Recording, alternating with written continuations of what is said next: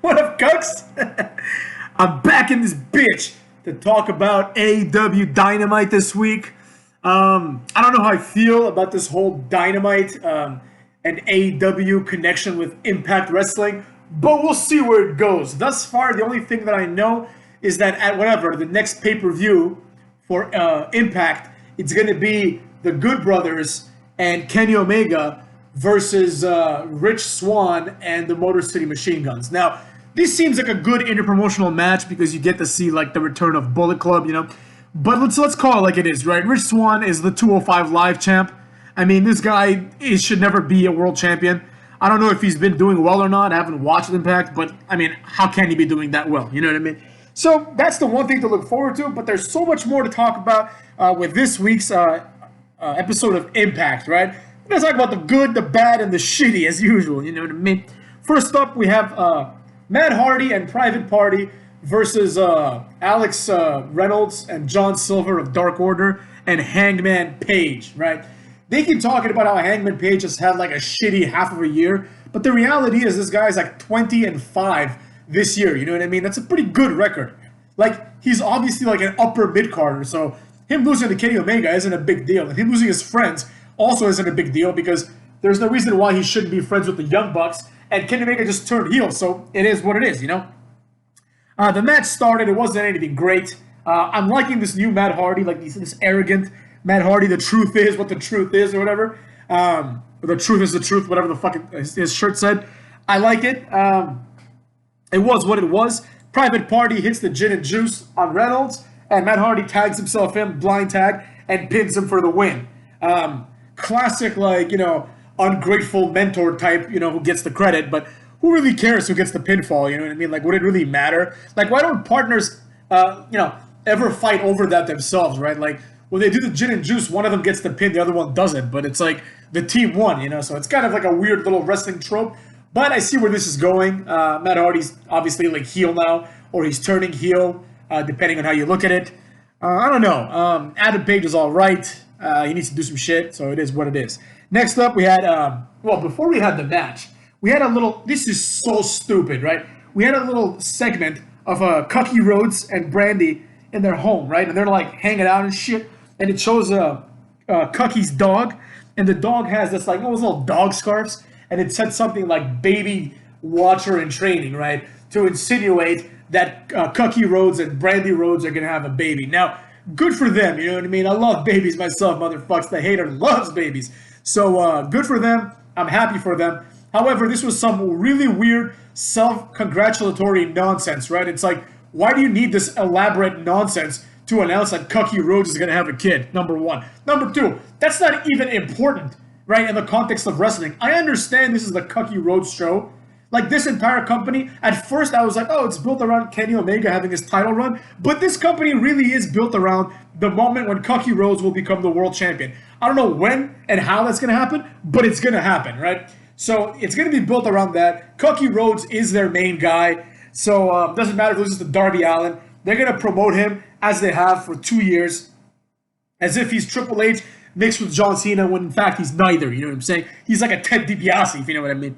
So nonetheless, that segment happened, and then he gets introduced for his match against Angelico. Now, Hybrid 2 is underrated, but, you know, they're all right. Like, they're underrated because, like, they're just as good as the Young Bucks, but the Young Bucks aren't that good, you know what I'm saying? So Cucky Rhodes comes out, and Justin Roberts, that cuckold, he announces him as, like, the soon-to-be father, Cody Rhodes, or like, whatever, like the future father. He announces him under the premise of he's gonna be a father, and I'm like, dude, that's fucking stupid as shit, you know what I mean? Like, is that gonna be his new identity? This guy's got like 15,000 nicknames. Oh, the Throne Breaker, oh, the father. Like, get the fuck out of here, you know? Like, I can't wait till his son is born. I hope it's a boy so he can become a wrestler one day, and he can go and become like, I don't know, Black Dust, or I don't know, Dark Dust, or Light Dust, or Fairy Dust, who the fuck knows, right? You know he's gonna go to WWE eventually and get a Stardust gimmick. So I can't wait for that in about 20 years. But good for Cody Rhodes overall. Match with Angelico. Cody wins with the Cody Cutter. Complete throwaway match, right? I don't understand how you can take someone from AEW Dark, right, and then bring them to Dynamite, have them lose last week, like the first match in Dynamite that has any value, And then now they bring out Angelico, and they're like, oh, he's won 4 of his last 5 matches. Yeah, on AEW Dark, it doesn't matter. They don't count, motherfucks. So it was what it was, you know? You watching this, you already know that Cody Rhodes is going to win. There's absolutely no reason to believe that Angelico had any shot here. It was really stupid. Team Taz comes out, finally. Team Taz, I'm digging it. I'm digging Team Taz now. Team Taz has won me over. And it's honestly just the team has won me over. I don't really like the members of the team just because Brian Cage lost to Tessa Blanchard last year, and I can't get past that. Ricky Starks, he's not bad on the mic, and on the ring he's all right, so I guess he gets a pass too. I've said a lot about him in the past. You can go back and look at those videos. Then we have Powerhouse Hobbs, who I'm liking. And then we have Hook, which I don't know anything about Hook. I don't really give a shit about Hook. But the collective is good. Taz comes out and says, yo, how is it that, like, Cucky Rhodes gets this, like, grandiose announcement about having a kid, whereas, like, when they beat the shit out of him a few weeks ago, they didn't get any, like, celebration, right? And he's right. You know what I mean? He's right. Why is it that, like, the young buck that had a kid, I don't remember, you know, who it was, right? He had a kid. There wasn't a big ceremony about it, but for some reason, like, Cucky Rhodes wants to be like The Miz. He wants to be like this celebrity. You know what I mean? You're not going to make it, kid. You're not good enough, you know? So that happens, and Taz is like, all right, we're going to beat the shit out of you now, right? So they're walking to the ring, you know, ready to lay a thorough ass whooping on Cucky and everybody else. Darby Allin is, like, in the stands for some reason, right? Sting comes out. Powerhouse Hobbs wants to beat his ass. Taz holds him back. Sting doesn't do anything. He just leaves, right? So the question becomes, why isn't it that after Sting leaves, they just don't, like Powerhouse Hobbs and the rest of them can just go in and beat the shit out of Cody Rhodes, right? Sting didn't protect Cody. You know what I mean? He didn't do anything. He just came, and I get it, motherfucks. But he didn't do anything. He just came in, and you know, like, that's it. That was all there was to it.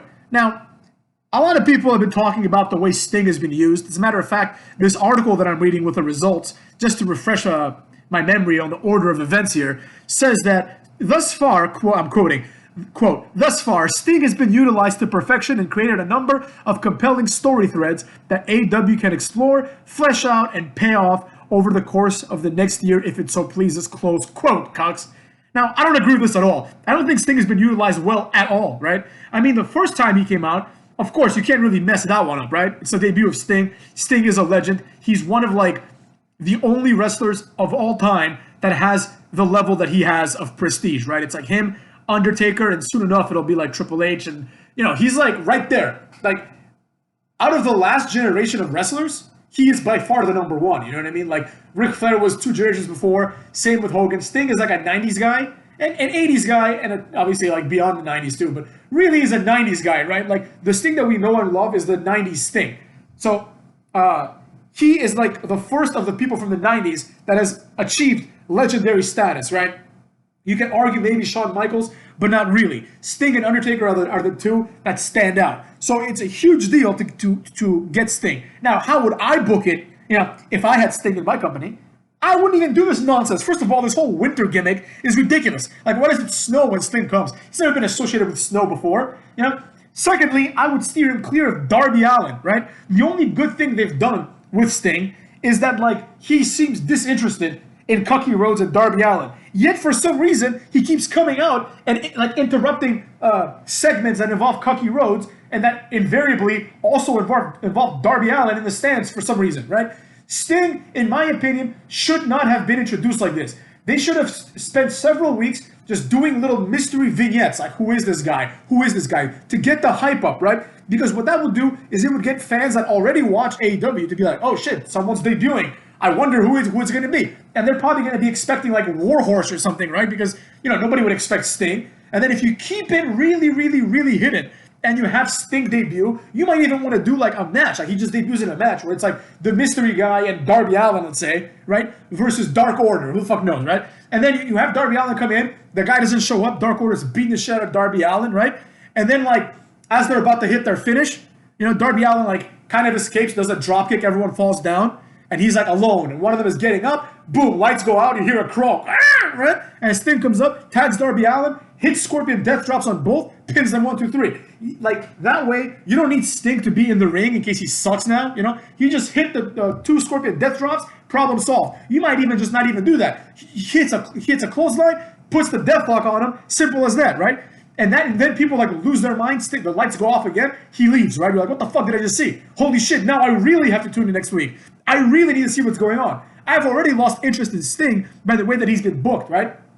This way, people would start talking and they'd be like, oh, maybe it's Sting. Some people would certainly say, maybe it's Sting. Maybe as the vignettes would have gotten closer and closer, you drop little hints that it's Sting, right? And then people are like, holy shit, when is Sting going to debut? And then before you know it, you have viewership going up every week because people are looking forward to who this guy is, right? Especially considering that it might be Sting. You know what I mean? The same thing should have been done with Shaq. I don't even know what's going on with Shaq. Shaq is just there like getting water thrown on him by Brandy Rhodes. You know, Shaq is like an A-list superstar. You know, Shaq is an A-list celebrity. You know what I mean? Shaq deserves better than this. But that's neither here nor there. No one really cares about Shaq. Insofar as Sting goes, the fact that they're going to match him up with Cucky Rhodes and Darby Allin is ridiculous. Sting should be catapulted immediately to the main event. You know, if you are not ready to have Sting versus Cucky Omega for the AEW title and have Cucky Omega drop the title to Sting, right, which will actually get you some prestige, then you have no reason debuting Sting right now. You know, I understand you signed him. Doesn't mean you have to debut him immediately, right? Or doesn't mean you have to sign him immediately. You have to plan these things out so there's an actual storyline that after Sting becomes champion, you can then use that to justify Sting versus Cucky Rhodes for the title, even though Cucky Rhodes said he'd never challenge for it again. Do you see what I'm going here, right? You can use Sting as a story device, but most importantly, you can use Sting to attract viewers. Viewers, like someone, let's just say this, right? At Winter is Coming, Sting debuts, people lose their mind, they tell all their friends, holy shit, Sting is back, motherfucks.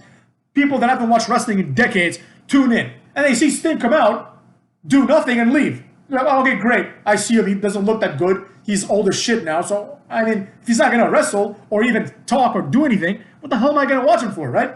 So, you have to use Sting correctly, considering that he is by far the biggest star you have. The same thing can be said about Jericho. Instead of having Jericho do these little stupid duets with MJF, who will never be a superstar. This guy will never become like WWE champion main event material. Never. You know what I mean? Instead of having him like do shit with him, have Jericho be in like the quasi-main event. You know, every pay-per-view of AEW should have Jericho either in the main event or in the co-main event.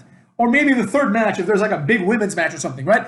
At minimum, Jericho needs to be in one of the last 3 matches. And when I say that, I don't mean just put his match over there. I mean it has to have the gravitas of a top-level match. Him versus Orange Cassidy in a whatever mimosa match is not that, motherfucks, because then Orange Cassidy is on AEW Dark wrestling like Sonny Kiss in like comedy match. You know, nobody cares about that. He's out there like jobbing to MJF, who obviously is getting a push, probably undeserved, but it is what it is, you know?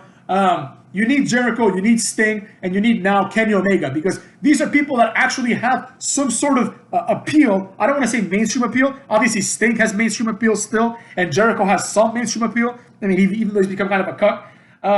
But definitely Sting and Kenny Omega has that, not mainstream appeal, but he has more appeal than just the neckbeards, because there are people that like Kenny Omega because he has good matches, quote unquote. I'm not one of them, cucks, but he is someone that has a great resume, and he has been booked very strong, and now he's the champion. And by virtue of being the champion, he becomes interesting, you know?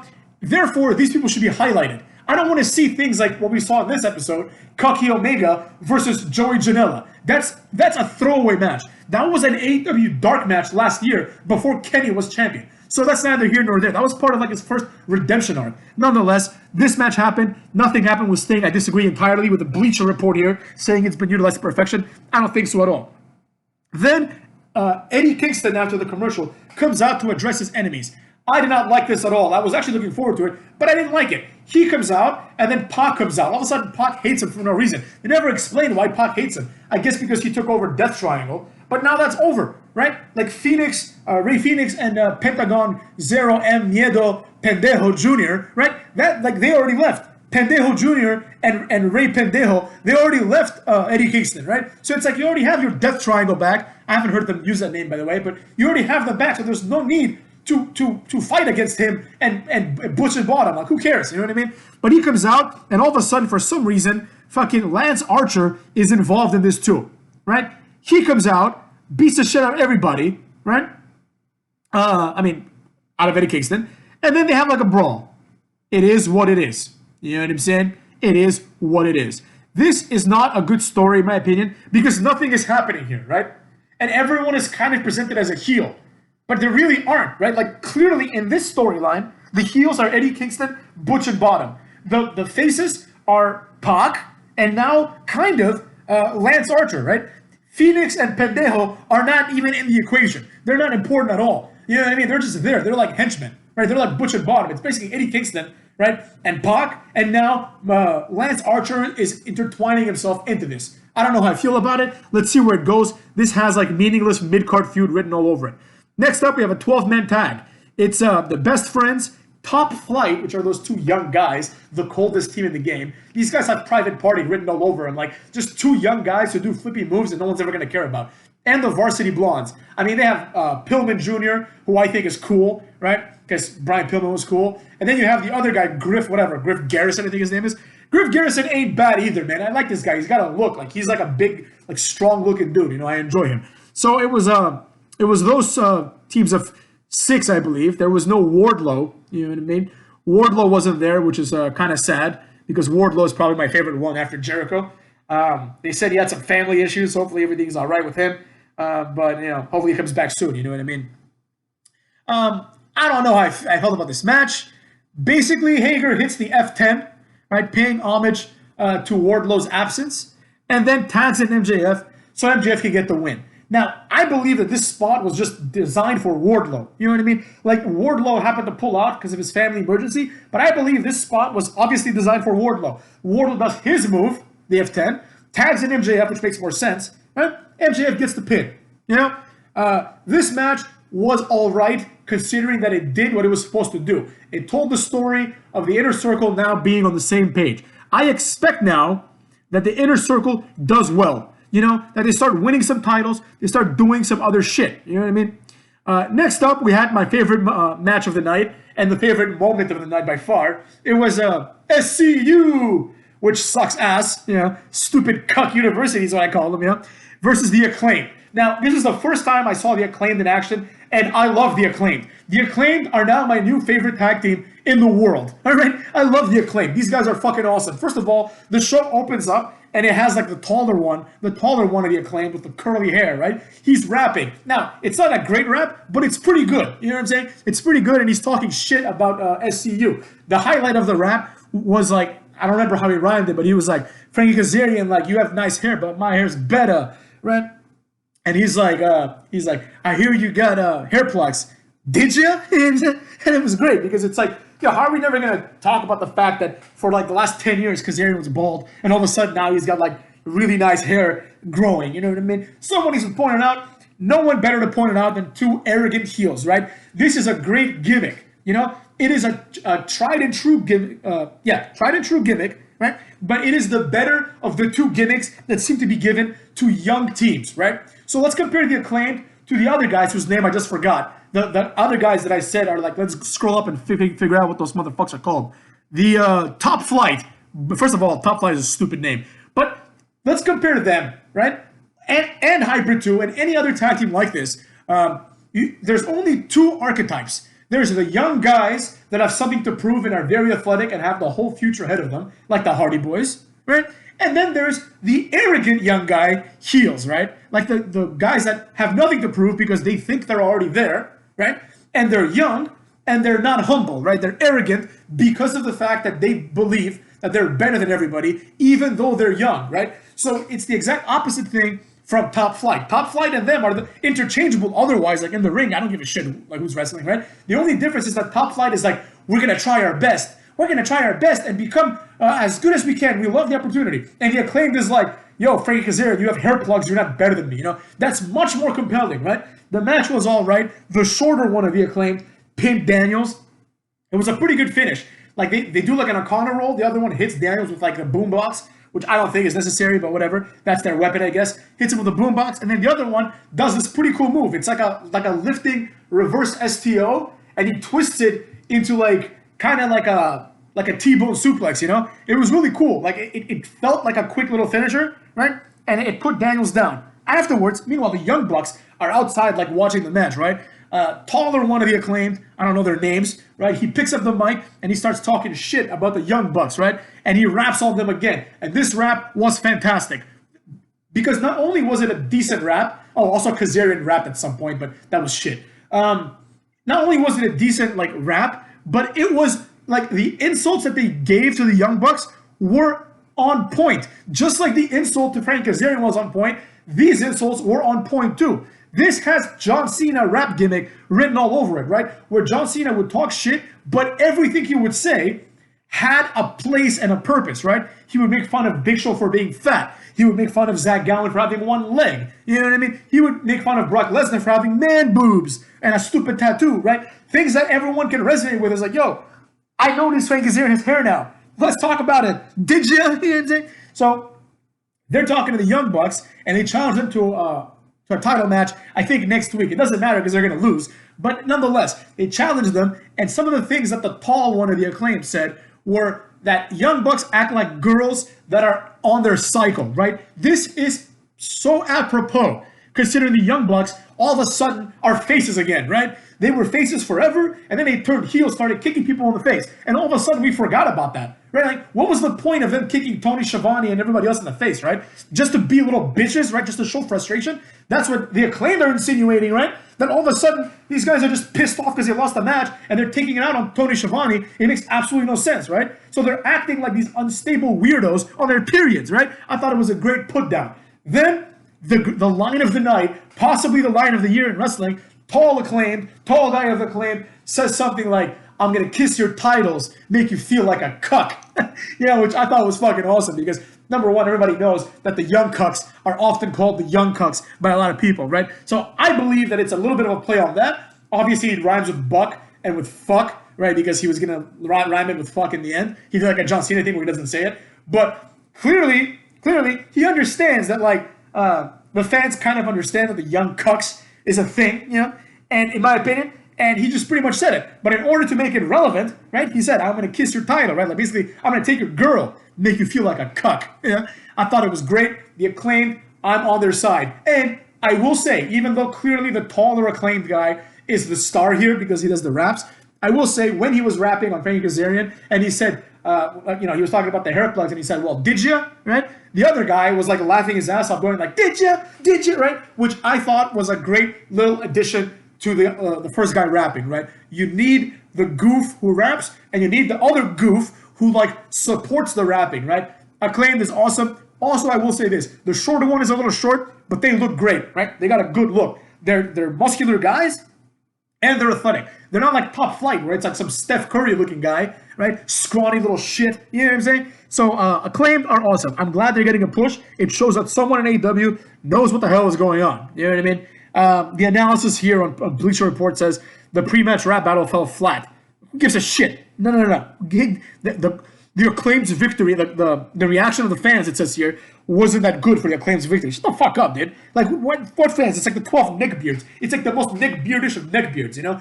The Acclaimed will go over. They will get over on the mainstream audience if given a chance. Now, the fact that there is no mainstream audience, different story, motherfucks. Then we have Big Swole and Serena Deeb versus Diamante and La Sicaria Ivelisse, right? I'm digging Ivelisse and Diamante just because they're a women's tag team with a gimmick, right? So I like that. Big Swole, I thought she was great in her match with Britt Baker, but that's about it. Like, she hasn't done anything since or before that to impress me. The match was whatever. Deeb and Swole win when Swole does the, what's it called? The Clearwater Cloverleaf on one of the broads, and it was what it was. The winners get attacked by Nyla Rose, and then Red Velvet, who I don't know anything about. I've seen her a couple times, but I don't know anything about her. She comes in and beats that ass, right? So that happened. Whatever, it was what it was.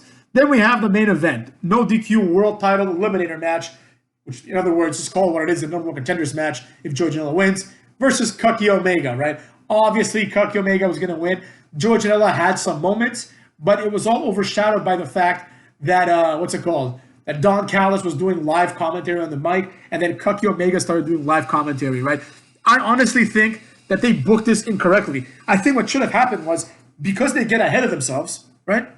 maybe a distraction from Pac or someone else, you know what I mean? Like, causes Joey Janela to kind of pin Kenny Omega somehow, right? But it is treated as the ultimate fluke, right? And what happens? So you have Pac kind of distract them, and then there you go. You know what I'm saying? And let's say Joey Janela does like a Hurricane Run, a pin or something, and Kenny Omega kicks out at like 3.00001, you know, and Joey Janela runs away. Then that allows you to set up one more match, right? You can have the title match next week, Joey Janela versus Kenny Omega, and in that match, it just starts with Kenny Omega doing like a running knee, hitting the one-winged angel 3 times, and pinning Joey Janela. That would be great, right? Just to show that, like, yeah, this is a fluke. I'm not fucking around anymore. You know what I mean? So that would be nice. This was a little goofy, right? It was what it was. Rey Fenix came out along with Pac. We'll see what's going to happen. I don't know what's going to happen, motherfuckers. It looks like over here it says it's going to be Phoenix versus Cucky Omega. I don't think that's a good idea. I mean, it's a good idea because it's like a throwaway match, you know, so they can eventually have Pac versus Kenny Omega. I think what they meant to do was have Pac versus Eddie Kingston, but that didn't really work out. But they needed Pac to kind of get Phoenix and Pendejo Jr. on his side. You know what I mean? So, like, he had to have some sort of interaction with Eddie Kingston. And now they put Lance Archer in that spot so he can kind of take over the feud. Eddie Kingston versus Lance Archer. Pac versus, what's-his-face? Cucky Omega. We'll see where this goes. I mean, I don't know. It could be good, but because it's Kenny Omega's first real, like, title defense, obviously he's going to win. But nonetheless, it could be something to look forward to. It should be a pay-per-view match. Pay-per-view matches, since they have them very rarely, should be reserved either for special attractions or for situations where it is conceivable that the challenger can win. It is not conceivable that Pac is going to become champion after everything Kenny Omega has done and has gone through. Furthermore, Pac needs a few wins before he gets there. So we'll see. The episode was pretty shitty, I thought.